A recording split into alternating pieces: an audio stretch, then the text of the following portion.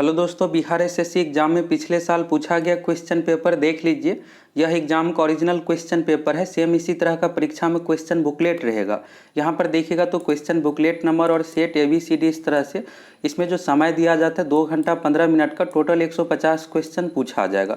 अगर आप नए छात्र हैं, बिहार एसएससी का इससे पहले कभी भी एग्जाम नहीं दिए हैं, तो क्वेश्चन पेपर पर क्या कुछ निर्देश रहता है देख लीजिए, जिससे आप पहले से परिचित रहिएगा, तो एग्जाम में आपको कुछ भी डाउट नहीं होगा। इसको आप पूरा पढ़ना चाहते हैं तो पढ़ सकते हैं।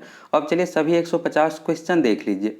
इसमें जो क्वेश्चन पूछा जाता है, रीजनिंग से 50 क्वेश्चन, जीके से 50 क्वेश्चन, मैथ से 25 क्वेश्चन और साइंस से 25 क्वेश्चन, यानी 75 क्वेश्चन का जो वेटेज है मैथ और रीजनिंग का, और 75 क्वेश्चन का जो वेटेज है साइंस और जीके का। तो इस तरह से आप देख सकते हैं टोटल 150 क्वेश्चन पूछा जाता है। इसमें निगेटिव मार्किंग भी है। एक सही क्वेश्चन होने पर 4 अंक मिलेगा, अगर गलत होता है तो 1 अंक का कटौती, यानी 1/4 निगेटिव मार्किंग है।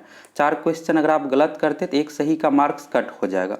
अब यहाँ से क्वेश्चन शुरू है। सबसे पहले जीके संबंधित क्वेश्चन है, आगे मैथ रीजनिंग का भी क्वेश्चन है, और इसके बाद यहाँ पर इंग्लिश में भी क्वेश्चन दिया हुआ है। तो अगर आप हिंदी मीडियम या फिर इंग्लिश मीडियम से है तो कोई भी यहाँ पर दिक्कत नहीं होगा, दोनों भाषा में क्वेश्चन पेपर दिया हुआ है।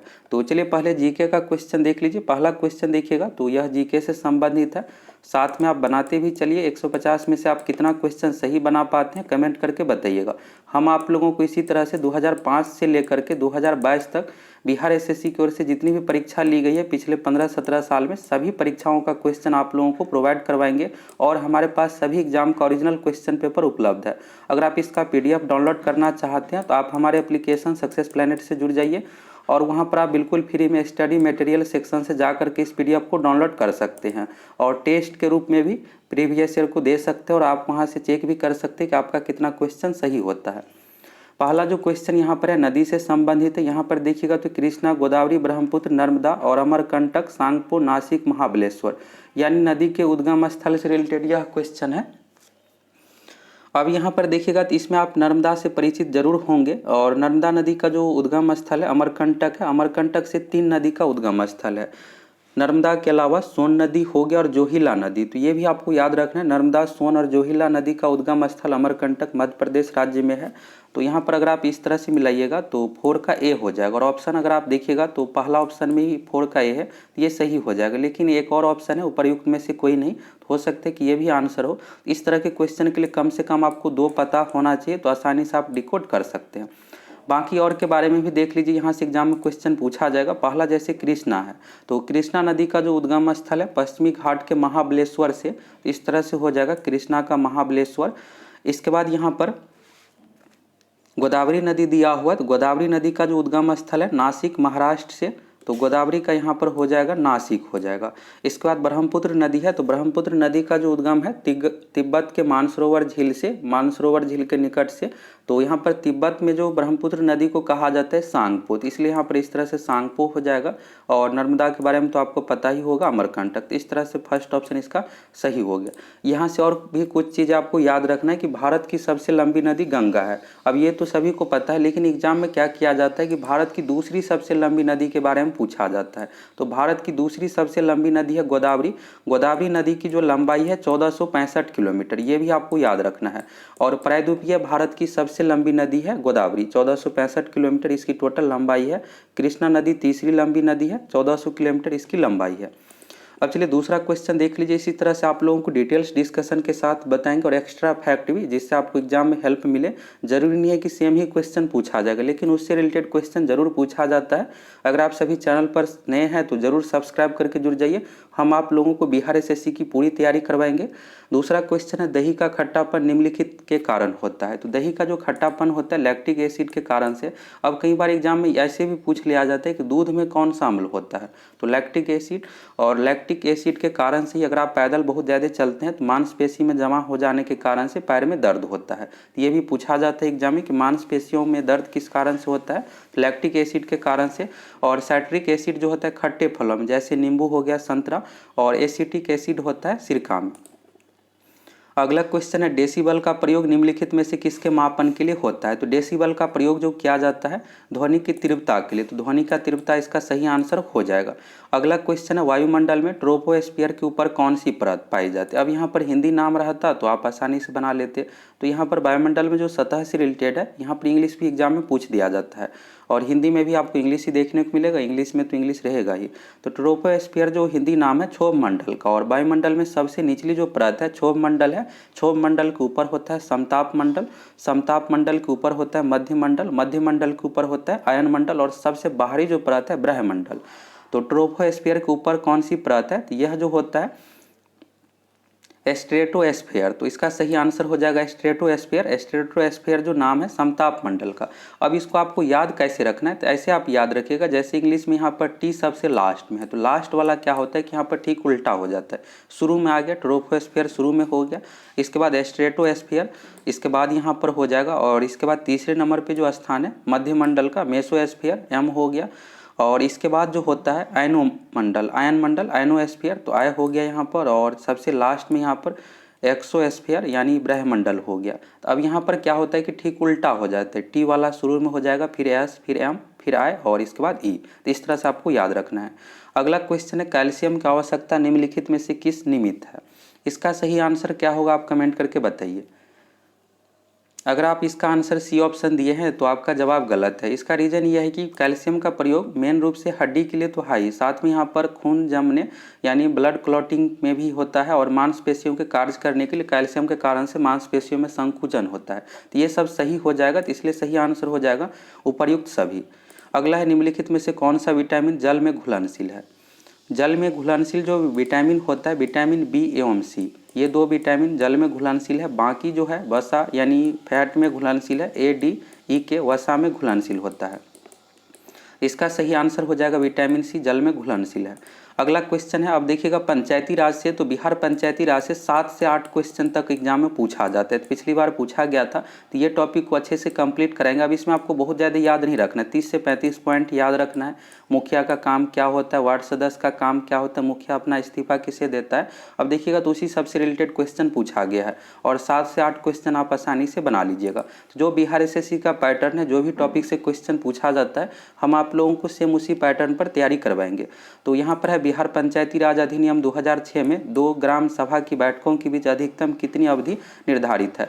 तो 2 बैठकों के बीच अधिकतम 90 दिन यानी 3 महीने की अवधि निर्धारित है। तो यहाँ पर 3 महीने हो जाएगा, और दिन भी पूछा जा सकता है, तो 90 दिन आपको आंसर देना है। अगला क्वेश्चन यहाँ पर देखिएगा, तो मुखिया स्व हस्ताक्षरित आवेदन देकर अपने पद से परित्याग कर सकता है, यानी मुखिया इस्तीफा अपना किसे देगा, तो यह जो देता है जिला पंचायती राज पदाधिकारी को, वीडियो को नहीं देता है, जिला पंचायती राज पदाधिकारी इसका सही आंसर हो जाएगा। अगला क्वेश्चन, अपील की सुनवाई में ग्राम कचहरी में न्यूनतम पंचों की गणपूर्ति नियमतः क्या होनी चाहिए। तो अपील की सुनवाई के लिए जो होना चाहिए 7 सदस्य यहाँ पर होना चाहिए, तो 7 इसका सही आंसर हो जाएगा। अगला है ग्राम सभा एक या अधिक संख्या में निगरानी समिति का गठन कर सकती है। इस समिति का गठन किनसे किया जा सकता है, तो ग्राम समिति के द्वारा, यहाँ पर ग्राम सभा के द्वारा निगरानी समिति का गठन किया जा रहा है। तो ऑप्शन के अकॉर्डिंग आप देखिएगा तो ऐसे सही आंसर हो जाएगा, ऐसे व्यक्तियों से जो ग्राम पंचायत के सदस्य ना हो। तो यहाँ पर इसी को रखा जाएगा जो सदस्य नहीं है, यानी मुखिया, वार्ड सदस्य, ये सबको नहीं रखा जाएगा।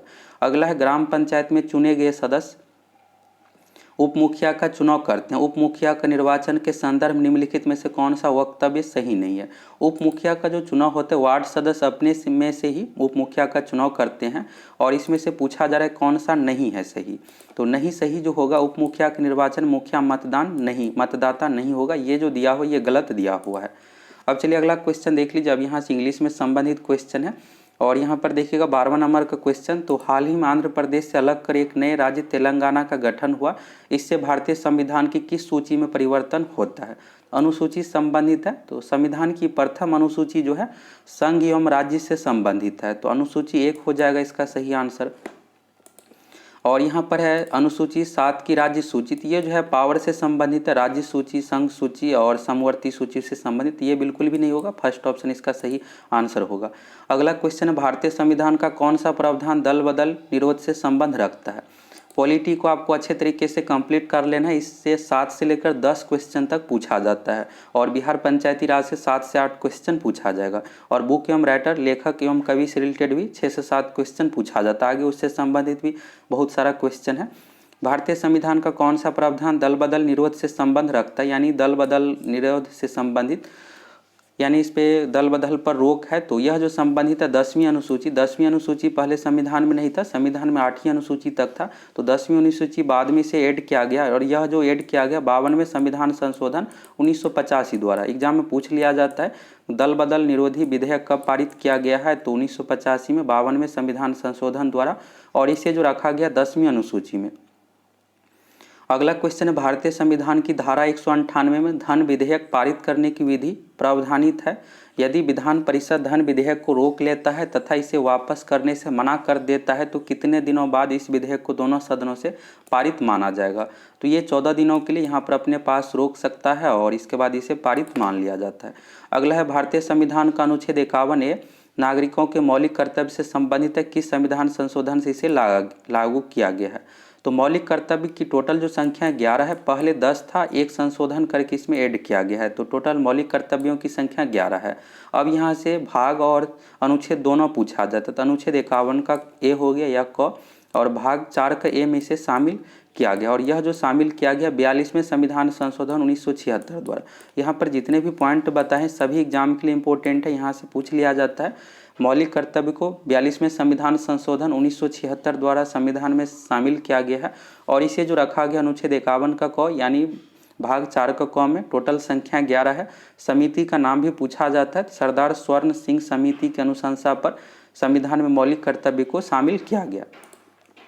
अगला है 74वें संविधान संशोधन का संबंध निम्नलिखित में से किस संस्था से है। तो 73वें का जो संबंध है ग्राम पंचायत से, और 74वें का संबंध है नगर पालिका से। 74वें संविधान संशोधन, और इसका आपको वर्ष भी याद रखना है कि कब इसे शामिल किया गया, तो 1993 में। 74वें संविधान संशोधन 1993 और 73वें संविधान संशोधन 1993। यह जो संबंधित है पंचायती राज से, और इसका सही आंसर हो जाएगा नगर पालिका। तो दोनों एग्जाम में पूछा जाता है। अगला है सामान्यतः विधानमंडल के ऊपरी सदन के सदस्यों की कुल संख्या निचले सदन की कुल संख्या की, तो यह जो होता है 1/3 होता है। अब बिहार का ही देखिएगा तो बिहार में विधानमंडल में 2 सदन है, विधानसभा भी और विधान परिषद है। तो बिहार में विधान परिषद सदस्यों की टोटल संख्या 75 और विधानसभा में 243, तो लगभग आप देखिएगा 1/3 है, तो 1/3 होना चाहिए। अगला है निम्नलिखित में से कौन सी राज्य पार्टी है। तो अब देखिएगा अभी वर्तमान में तो कोई भी इसमें से राज्य पार्टी नहीं है, सभी राष्ट्रीय दल है। भारतीय राष्ट्रीय Congress, Bharatiya Janata Party, Communist Party of India, Bahujan Samaj Party, BSP भी राष्ट्रीय दल है। तो राज्य पार्टी में से कोई भी इसमें से आंसर नहीं होगा। अब राज्य पार्टी की बात करें, जैसे बिहार में जनता दल यूनाइटेड हो गया, राजद हो गया, आम आदमी पार्टी, ये सब राज्य पार्टी है। अगला है प्रथम लोकसभा के स्पीकर कौन थे। तो प्रथम लोकसभा के स्पीकर जीवी मावलंकर थे। अगला है निम्नलिखित में से किस राज्य में विधानमंडल के ऊपरी सदन या विधान परिषद नहीं है। तो विधान परिषद से आप देख सकते हैं इससे पहले भी क्वेश्चन था, आगे भी पूछा गया है। तो विधान परिषद जो है अभी वर्तमान में 6 राज्यों में, पहले 7 राज्यों में था, जम्मू कश्मीर में भी था, अब जम्मू कश्मीर केंद्र शासित प्रदेश बन गया, तभी फिलहाल विधान परिषद नहीं है। तभी वर्तमान में बात करें तो 6 राज्यों में विधान परिषद है, और सभी राज्य का नाम आपको याद रखना है। तो बिहार से शुरू करते हैं, तो बिहार में भी विधान परिषद है। बिहार के बाद उत्तर प्रदेश हो गया, इसके बाद महाराष्ट्र, कर्नाटक और आंध्र प्रदेश तेलंगाना में है। तो आंध्र प्रदेश में पहले से था, जब आंध्र प्रदेश से अलग तेलंगाना हुआ तो वहाँ भी विधान परिषद है। 6 राज्यों में बिहार, उत्तर प्रदेश, महाराष्ट्र, कर्नाटक, आंध्र प्रदेश, तेलंगाना। तो पश्चिम बंगाल में विधान परिषद नहीं है, पश्चिम बंगाल इसका सही आंसर हो जाएगा। अगला है बिहार में लोकसभा की 40 सीटें हैं, राज्यसभा की कितने सीटें बिहार से है। बिहार में लोकसभा की 40 सीट है, राज्यसभा से 16 सीट है, 16 इसका आंसर हो जाएगा। और बिहार में विधान परिषद सदस्यों की संख्या 75 और विधानसभा सदस्यों की संख्या 243 है। तो विधान परिषद का 75 है और विधानसभा में सदस्यों की टोटल जो सीटों की संख्या 243 है। ये 4 चीज़ आप याद रखिएगा, एग्जाम में पूछा जाएगा। अगला यहाँ पर देखिएगा 2011 की जनगणना में बिहार की अनुमानित आबादी है। अब आपको ये लग रहा होगा कि ये सब बेसिक क्वेश्चन तो बिल्कुल पूछा जाता है। अभी दरोगा का 26 दिसंबर 2021 पीटी एग्जाम में भी पूछा गया था, लेकिन उसमें हार्ड क्वेश्चन था, कम ही स्टूडेंट बना पाए, क्योंकि उसमें जो पूछा गया था 2001 की जनगणना के अनुसार पूछ दिया गया था, और आंसर जो आपको देना था मिलियन में देना था। इस तरह से आपको संख्या यहाँ पर करोड़ 10 करोड़ में नहीं पूछा गया था, मिलियन में पूछा गया था। तो 1 मिलियन में जो होता है 10 लाख होता है, इसको भी आप याद रखिएगा। यहाँ से मिलियन में भी पूछ दिया जाता है, तो अगर आपको ये पता है कि 1 मिलियन में 10 लाख होता है तो आप आसानी से चेंज इसको कर लीजिएगा। तो 2011 की जनगणना के अनुसार बिहार की अनुमानित आबादी जो हो जाएगा 10 करोड़ हो जाएगा, और आपको पूरे मान के साथ याद रखना है। 2011 में जो था 10 करोड़ 40 लाख 99,452, अब यहाँ पर क्या होता है कि मिलियन में अगर पूछा जाएगा तो यहाँ पर 10.40 इस तरह से आपको आंसर देना है। और 2011 की बात करें तो 2011 का भी आपको याद रखना है। 2011 का अगर पूछ दिया जाएगा, 2011 के अनुसार ये हो गया 10,40,99,452 और 2001 के अनुसार जो है 8,29,98,509 है। तो ये दोनों आप याद रखिए, 8,29,98,509। अभी 2021 का जारी नहीं हुआ है तो आपसे 2001 का भी पूछा जा सकता है। अब यही मिलियन में पूछा जाएगा तो 8.30 हो जाएगा मिलियन। यहाँ पर अगर इस तरह से ऑप्शन नहीं रहता है 8.30 नहीं होगा, 82.99 मिलियन में हो जाएगा। यहाँ पर आपको सिंपल सा 10 से भाग दे देना है इस तरह से। तो यहाँ से आप देख लिए 2001 का यहाँ पर हो गया, ये जो हो गया 2011 का हो गया 10,40,99,452 और 2001 का हो गया 8,29,98,509। अब यही मिलियन में आपसे पूछा जाता है तो इसमें 10 से आप भाग दे दीजिए और इस तरह से आप बना सकते हैं। अब चलिए अगला क्वेश्चन देख लीजिए। अगला है किनन स्टेडियम किस शहर में अवस्थित है। तो किनन स्टेडियम जो है जमशेदपुर झारखंड में स्थित है। और अभी बिहार पुलिस मद्य निषेध सिपाही एग्जाम में ये क्वेश्चन पूछ दिया गया था जमशेदपुर के पुराना नाम से रिलेटेड। तो जमशेदपुर का जो पुराना नाम है साकची है। जब जमशेदपुर यहाँ पर नाम रखा गया उससे पहले जो नाम था इसका साकची था। अगला है बिहार राज्य में कुल कितना जिला है। तो इस तरह का अगर बेसिक क्वेश्चन पूछा जाता है तो बिल्कुल जल्दबाजी में नहीं बनाइएगा। यहाँ पर आप पढ़िएगा जिला, आपको लगेगा कि भारत का राज्य यहाँ पर पूछा गया है और गलत हो जाता है। तो बिहार में अभी वर्तमान में जिलों की टोटल संख्या 38 है और भारत में राज्यों की संख्या तो टोटल अभी 28 राज्य है, 8 केंद्र शासित प्रदेश है। ये दो चीज़ आप जरूर याद रखिएगा।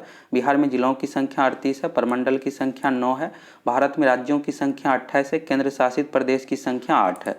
अगला है मैकमोहन रेखा भारत चीन की सीमा तय करती है, डुरंड रेखा किन दो देशों की सीमा तय करती है। तो मैकमोहन रेखा भारत चीन के बीच है और डुरंड रेखा जो है पाकिस्तान अफगानिस्तान के बीच है। तो पाकिस्तान अफगानिस्तान होगा। कई बार क्या रहता है कि पाकिस्तान ऑप्शन में नहीं रहता है तो उस कंडीशन में आपको भारत और अफगानिस्तान आंसर देना है। तो यहाँ पर सी ऑप्शन में भारत अफगानिस्तान है, ये सही नहीं हो करके पाकिस्तान अफगानिस्तान सही आंसर होगा।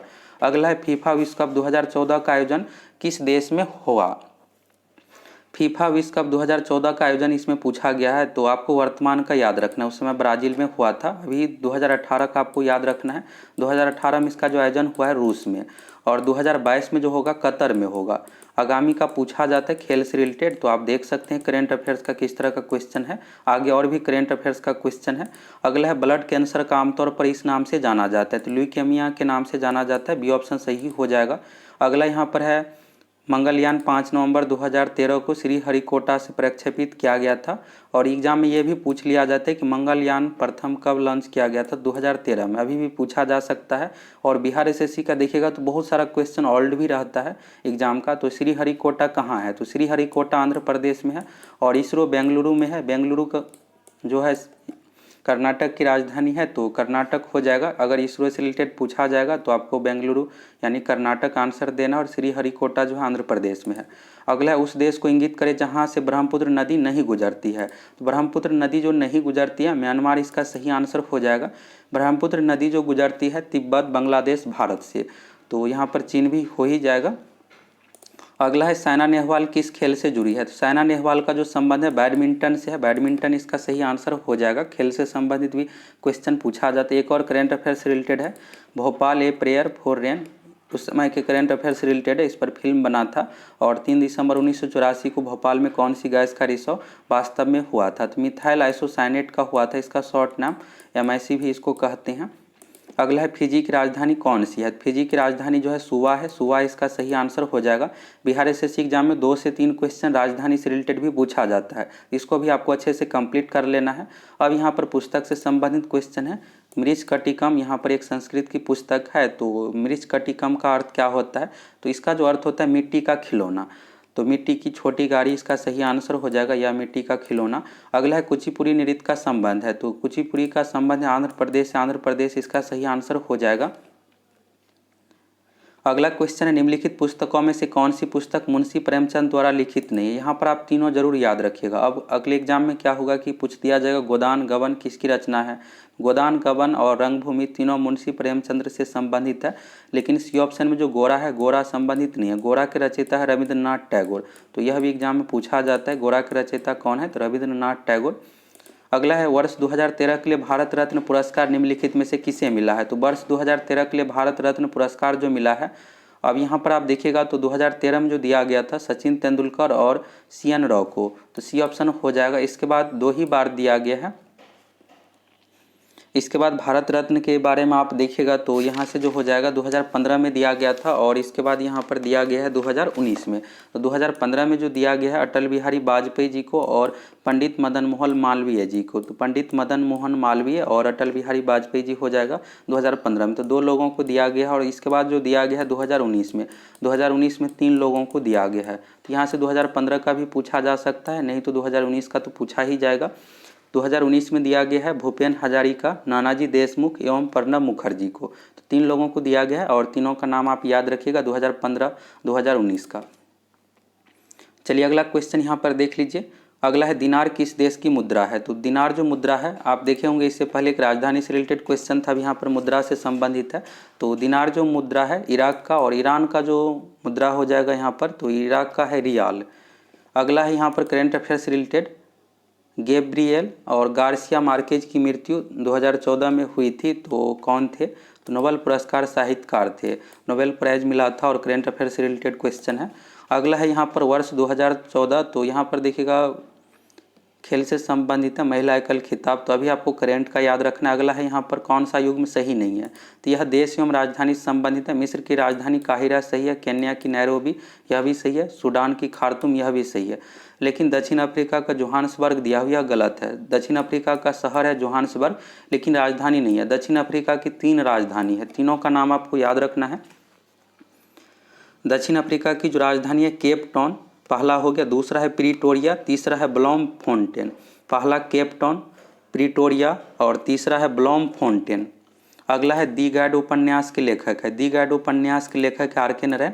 अगला है हीराकुंड बांध किस नदी पर अवस्थित है, तो भारत का सबसे लंबा बांध है हीराकुंड बांध, यह जो है महानदी उड़ीसा राज्य में है।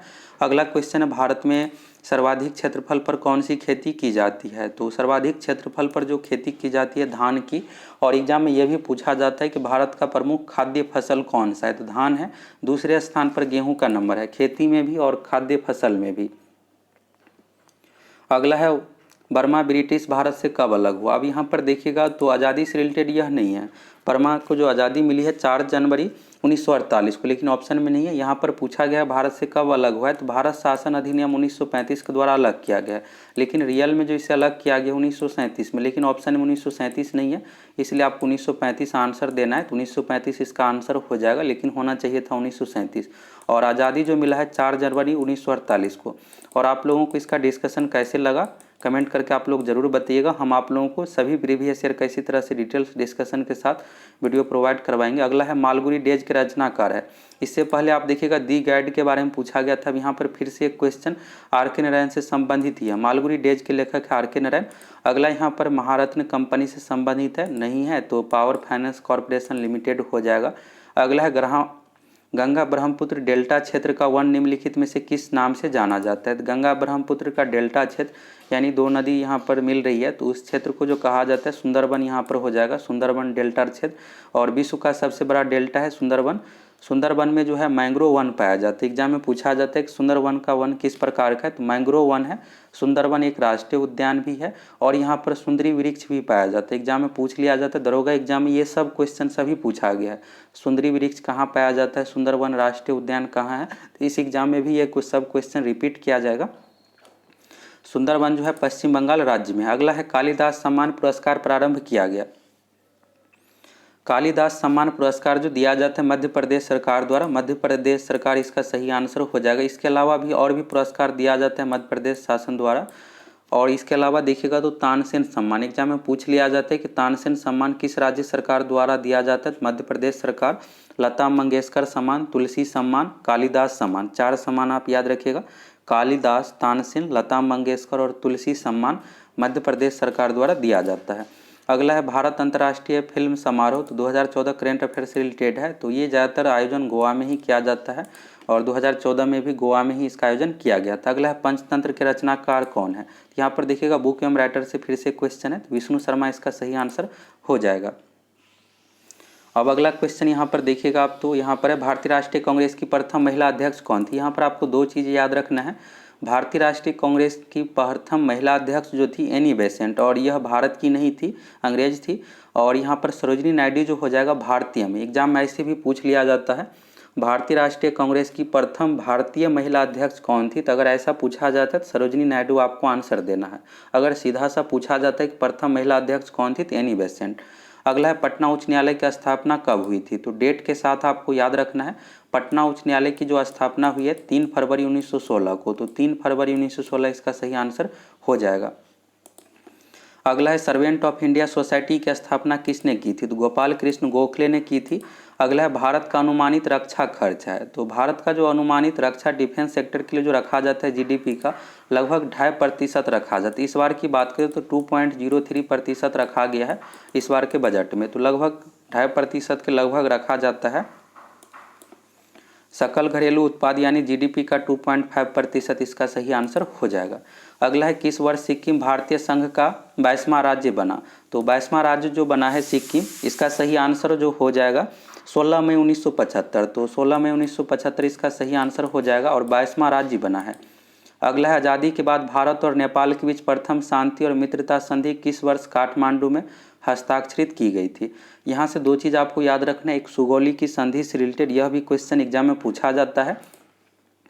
भारत और नेपाल यानी उस समय भारत यानी ब्रिटिश और नेपाल के बीच जो संधि हुआ था सुगौली की संधि 1816 में पूछ लिया जाता है कि भारत और नेपाल के बीच सुगौली की संधि कब हुआ था। तो 1816 में वर्ष यहाँ पर पूछा जाता है और यहाँ पर पूछा गया आज़ादी के बाद, तो इसका सही आंसर हो जाएगा 1950। अब यहाँ पर देखिएगा तो मैथ और रीजनिंग से क्वेश्चन है, आगे और भी जीके का क्वेश्चन है। तो 75 क्वेश्चन जो है मैथ रीजनिंग से पूछा गया और 75 क्वेश्चन साइंस जीके से पूछा गया। इस तरह से टोटल 150 क्वेश्चन हो गया। और यहाँ पर यह रीजनिंग से संबंधित क्वेश्चन है, यहाँ पर सीरीज है। तो इसका आंसर क्या होगा आप लोग कमेंट करके बताइए। यहाँ पर इस तरह से 1 का डबल कर दिया गया है, फिर यहाँ पर 2 का ट्रिपल कर दिया गया है, फिर 6 का चौगुना कर दिया गया, फिर 24 को 5 गुना कर दिया गया है, फिर 120 का यहाँ पर 6 गुना हो जाएगा। तो 120 में 6 गुना कीजिएगा तो 720 इसका सही आंसर हो जाएगा। तो इस तरह से आपको बनाना है। और यहाँ पर आप क्वेश्चन देख लीजिए मैथ रीजनिंग का, आगे साइंस का क्वेश्चन देख लीजिए। अभी आप लोगों को मैथ रीजनिंग का डिस्कशन प्रोवाइड करवाएंगे तो लगभग वीडियो 2.5 से 3 घंटे का हो जाएगा। तो इसको क्या करेंगे कि मैथ रीजनिंग का जो भी यहाँ पर क्वेश्चन है इसको पार्ट बाय पार्ट, मैथ का 25 क्वेश्चन है तो इसको अलग से, और रीजनिंग का 50 क्वेश्चन इसको अलग से। अभी आप जीके और साइंस का डिस्कशन देख लीजिए। बाकी क्वेश्चन आप देखना चाहते हैं तो देख लीजिए कैसे क्या क्वेश्चन है। मैथ में इसमें एडवांस मैथ यानी त्रिकोणमिति ज्यामिति से संबंधित क्वेश्चन नहीं पूछा जाएगा। ज़्यादातर क्वेश्चन अरिथमेटिक यानी अंक गणित से संबंधित ही क्वेश्चन रहता है और ज़्यादातर इसमें आपको संख्या पद्धति से ही क्वेश्चन देखने को मिलेगा। यहाँ पर आप देखिएगा तो बिल्कुल बेसिक ही क्वेश्चन है और 25 में से 4 से 5 क्वेश्चन में आपको दिक्कत होगा, बाकी आप 20 क्वेश्चन आसानी से बना लीजिएगा। और ज़्यादातर लॉजिकल ही क्वेश्चन रहता है, जैसे ये क्वेश्चन एक पृष्ठ से रिलेटेड हो गया, टाइपिंग से रिलेटेड। तो ये सब का अगर आपको बनाने का तरीका पता है तो आसानी से बना लीजिएगा। अब यहाँ पर एक घंटी से संबंधित है।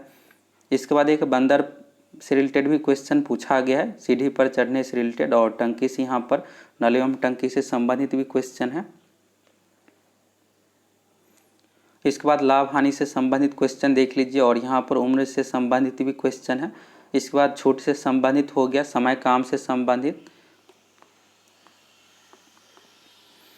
ये सभी मैथ का जो भी क्वेश्चन इसका भी डिस्कशन आप लोगों को मिलेगा। और यहाँ पर औसत से संबंधित देखिएगा तो यहाँ पर है एवरेज से रिलेटेड ही यह क्वेश्चन है।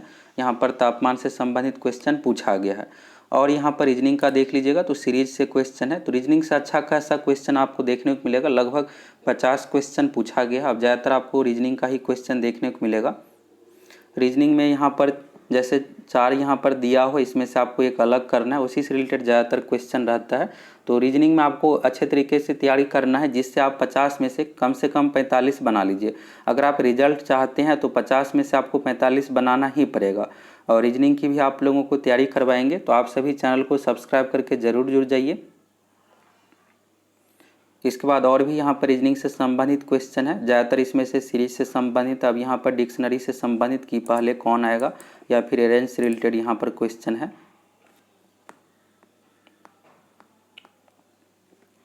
ये जो देखिएगा तो ये जो एग्ज़ाम का क्वेश्चन है 23 फरवरी 2015 का। अब आप देखिएगा तो ये 2015 का है और 7 साल बाद अब 2022 में, तो आप लोगों को लेवल टफ देखने को मिलेगा। इस तरह का लेवल नहीं रहेगा। अब अगर इस तरह का लेवल क्वेश्चन एग्ज़ाम में पूछा जाएगा तो स्टूडेंट क्या करेंगे, इसमें लगभग 135-40 तक क्वेश्चन बना लेंगे। इसलिए इस बार लेवल बढ़ाया जाएगा और ये भी नहीं है कि कट ऑफ कम जाएगा। तो इसलिए आप लोगों को बहुत अच्छे तरीके से तैयारी करना पड़ेगा।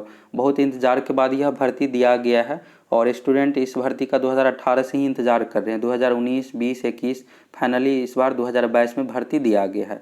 और अगर आप 12वीं पास है, इस फॉर्म को नहीं भर पाए हैं तो भर्ती आ रही है, फिर से इंटर लेवल की भी भर्ती आ रही है, लगभग 4500 से लेकर के 5000 पदों पर। इंटर लेवल का भी सेम ही क्वेश्चन रहता है, सेम ही पैटर्न है। बाकी यहाँ पर आप देखिएगा सैलोलिज्म से संबंधित भी क्वेश्चन है और यहाँ पर आपको वेन डायग्राम से संबंधित भी क्वेश्चन है। 2 क्वेश्चन यहाँ पर दिया हुआ है।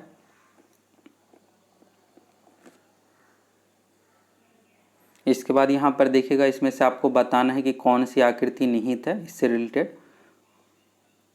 इसके बाद दर्पण प्रतिबिंब से संबंधित भी क्वेश्चन है। दर्पण प्रतिबिंब, जल प्रतिबिंब, ये सब भी पूछा जाता है। एक यहाँ पर देखिएगा तो लास्ट है। अब जैसे यहाँ पर रोस्ट को आपको चूज करके यहाँ पर बताना है कि कौन सा होगा, इस तरह से आपको देख कर बताना है। तो इसका भी डिस्कशन आप लोगों को मिलेगा। अभी मैथ और रीजनिंग का डिस्कशन बाद में आप लोगों को प्रोवाइड करवाएंगे। अभी आप साइंस जीके का देख लीजिए।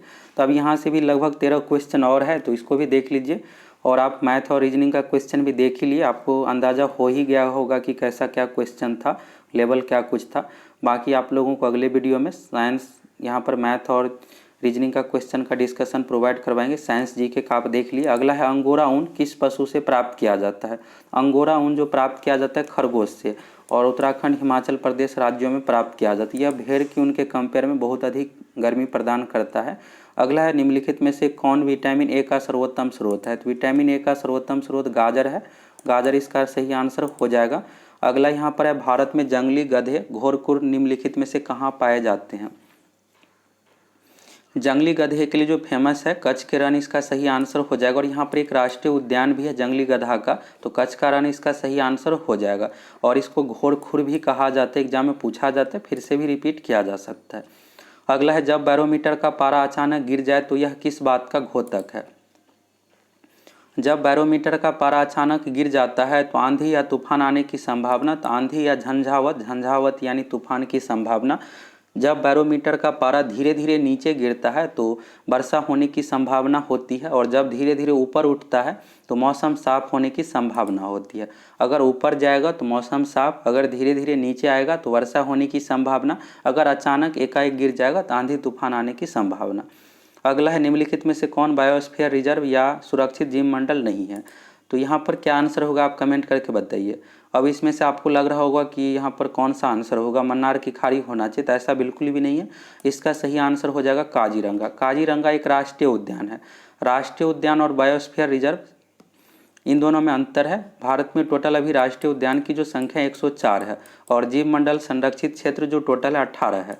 अब इसमें से नीलगिरी, मन्नार की खाड़ी, सुंदरवन, ये सब जीव मंडल संरक्षित क्षेत्र है, लेकिन काजीरंगा जो है एक राष्ट्रीय उद्यान है, जीव मंडल संरक्षित क्षेत्र के अंतर्गत नहीं है। तो इसलिए इसका सही आंसर काजीरंगा हो जाएगा। काजीरंगा जो है भारत के असम राज्य में है, और यह जो प्रसिद्ध है एक सींगी गैंडा के लिए, एग्जाम में पूछा जाता है कि एक सींग गैंडा के लिए कौन सा राष्ट्रीय उद्यान है, तो काजीरंगा राष्ट्रीय उद्यान है। इसका सही आंसर हो जाएगा। एक और चीज़ यहाँ से आप याद रखिएगा, नीलगिरी से रिलेटेड, एग्जाम में नीलगिरी से रिलेटेड पूछा जाता है कि भारत का प्रथम जीव मंडल संरक्षित क्षेत्र कौन सा है, तो नीलगिरी है, और नीलगिरी को 1986 में संरक्षित किया गया है। दरोगा एग्जाम में 2 क्वेश्चन पूछा गया था नीलगिरी से रिलेटेड। भारत का प्रथम जीव मंडल संरक्षित क्षेत्र कौन सा है, तो नीलगिरी है, और कब संरक्षित किया गया, तो 1986 में। अभी वर्तमान में जीव मंडल संरक्षित क्षेत्रों की टोटल संख्या 18 है, राष्ट्रीय उद्यान की टोटल संख्या 104 है, और इसमें से काजीरंगा बायोस्फीयर रिजर्व नहीं है। अगला है निम्नलिखित में से कौन पोलियो का कारण है। पोलियो का जो कारण होता है एक वायरस होता है, वायरस जनित बीमारी है। अगला है ज्वालामुखी रिंग फायर घेरा किस महासागर से संबंधित है। तो ज्वालामुखी से संबंधित यह क्वेश्चन है, प्रशांत महासागर हो जाएगा, और सबसे बड़ा महासागर जो है प्रशांत महासागर है। अगला क्वेश्चन, एलिसा जांच किस रोग की पहचान के लिए की जाती है? तो एड्स के लिए किया जाता है और एड्स जो है वायरस जनित बीमारी है। अगला देखिएगा यहाँ पर, तो 3 तत्व जिनका उपयोग रासायनिक उर्वरकों में सर्वाधिक होता है। तो रासायनिक उर्वरकों में जो सर्वाधिक होता है, आप डीएपी और यूरिया खाद का नाम जानते ही होंगे। तो डीएपी खाद में जो होता है एनपीके, यानी एन से यहाँ पर हो गया नाइट्रोजन, पी से हो गया फास्फोरस, के से हो गया पोटेशियम। तो नाइट्रोजन, फास्फोरस, बी ऑप्शन इसका सही हो जाएगा, नाइट्रोजन, पोटेशियम, फास्फोरस। तो एनपीके होता है और आप देख सकते हैं खाद के बोरा पर लिखा भी रहता है एनपीके, और अलग अलग कंपनी का आप खाद लीजिएगा तो किसी में नाइट्रोजन कम अधिक इस तरह से रहता है। तो इसमें मेनली रूप से नाइट्रोजन, पोटेशियम, फास्फोरस होता है। तो एन से हो गया नाइट्रोजन, पी से हो गया फास्फोरस और के से पोटेशियम। के जो संकेत है पोटेशियम का।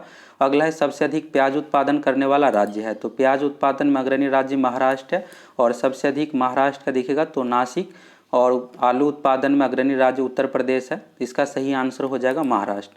अगला है निम्नलिखित में से कौन सा ब्लड ग्रुप सर्वव्यापक ग्राह्यता रखता है, यानी सभी से ले सकता है। तो ए बी पॉजिटिव जो ब्लड ग्रुप है यह किसी से भी ले सकता है, और ओ पॉजिटिव जो होता है, ओ जो ब्लड ग्रुप है यह सभी को दे सकता है। दाता में होता है ओ, और अगर पूछा जाएगा सर्वव्यापक ग्राही यानी ले सकता है तो ए बी। तो सही आंसर हो जाएगा इस क्वेश्चन का ए बी। अगला है निम्नलिखित में से कौन सा खाद्य स्रोत लोहे का सर्वोत्तम स्रोत है? तो लोहा सबसे अधिक जो होता है पालक और साग से संबंधित जो भी चीज़ें हैं, जैसे बहुत सारे साग है, और यहाँ पर जो ऑप्शन दिया हुआ है तो ऑप्शन के अकॉर्डिंग सेब हो जाएगा। तो सेब में भी पर्याप्त मात्रा में लोहा होता है, तो सही आंसर हो जाएगा लोहा। सेब इसका सही आंसर हो जाएगा। अगला क्वेश्चन है, एक लोहे की गेंद पारद या मरकरी एचजी से भरी बाल्टी में गिराई जाती है तो क्या होगा? अब यहाँ पर इसको अच्छे से समझ लीजिए।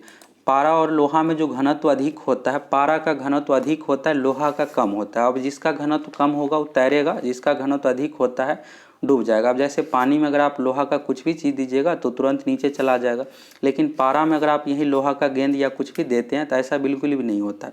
पारे की सतह पर तैरने लगता है, क्योंकि पारा का घनत्व अधिक होता है, लोहा का घनत्व कम होता है। सेम चीज़ आपको ये भी याद रखना है, बर्फ़ पानी में, तो बर्फ़ का घनत्व कम होता है और पानी का घनत्व अधिक होता है, इसलिए आप पानी के ऊपर बर्फ़ दीजिएगा तो तैरने लगता है। पानी का घनत्व अधिक होता है। एग्जाम में पूछ लिया जाता है कि बर्फ़ और पानी में घनत्व किसका अधिक होता है, तो पानी का घनत्व अधिक होता है। पारा और लोहा में घनत्व अधिक जो होता है पारा का। तो इसका सही आंसर हो जाएगा यह पारे या पारद की सतह पर तैरेगी। अब लास्ट क्वेश्चन है, 20 हर्ट्ज से 20,000 हर्ट्ज बारंबारता की ध्वनि निम्नलिखित में से क्या है? अब यहाँ पर 3 चीज़ें आपको याद रखना है। 20 हर्ट्ज से 20,000 हर्ट्ज यह जो होता है सुनने योग्य ध्वनि, तो श्रव्य या ऑडिबल ध्वनि, इसको श्रव्य तरंग भी कहते हैं। तो इसका सही आंसर हो जाएगा। अल्ट्रासाउंड यहाँ पर दिया हुआ, तो अल्ट्रासाउंड जो होता है 20,000 हर्ट्ज से अधिक प्लस हो गया, और इंफ्रासोनिक यहाँ पर दिया हुआ है। तो अब श्रव्य यह जो होता है 20 हर्ट्ज से कम होता है, 20 हर्ट्ज से कम, और 20 से लेकर के 20,000 हर्ट्ज की ध्वनि को कहते हैं श्रव्य या ऑडिबल ध्वनि, इसको श्रव्य तरंग भी कहते हैं। हाइपरसोनिक हो गया तो यह मिसाइल से संबंधित है, बहुत तीव्र गति से संबंधित हो गया। तो इस तरह से आप सभी 150 क्वेश्चन देख लीजिए, एग्जाम में पूछा गया ओरिजिनल क्वेश्चन पेपर आप देख लीजिए। यह जो क्वेश्चन है बिहार सचिवालय सहायक द्वितीय स्नातक स्तरीय पीटी एग्जाम 2015 का क्वेश्चन है, 23 फरवरी 2015 को पूछा गया क्वेश्चन है। अगर आप सभी चैनल पर नए हैं तो जरूर सब्सक्राइब करके जुड़ जाइए। 2005 से लेकर 2022 तक अब तक जितने भी परीक्षा ली गई है सभी परीक्षा का क्वेश्चन इसी तरह से आप लोगों को डिटेल्स डिस्कशन के साथ प्रोवाइड करवाएंगे, साथ ही सभी विषय की तैयारी भी करवाएंगे। तो आप सभी अगर चैनल पर नए हैं फटाफट सब्सक्राइब करके जरूर जुड़ जाइए। अगर आपका इसका पीडीएफ डाउनलोड करना चाहते हैं तो आप हमारे एप्लीकेशन सक्सेस प्लैनेट पर जा करके बिल्कुल फ्री में स्टडी मटेरियल सेक्शन से पीडीएफ भी डाउनलोड कर सकते हैं और टेस्ट भी फ्री में दे सकते हैं।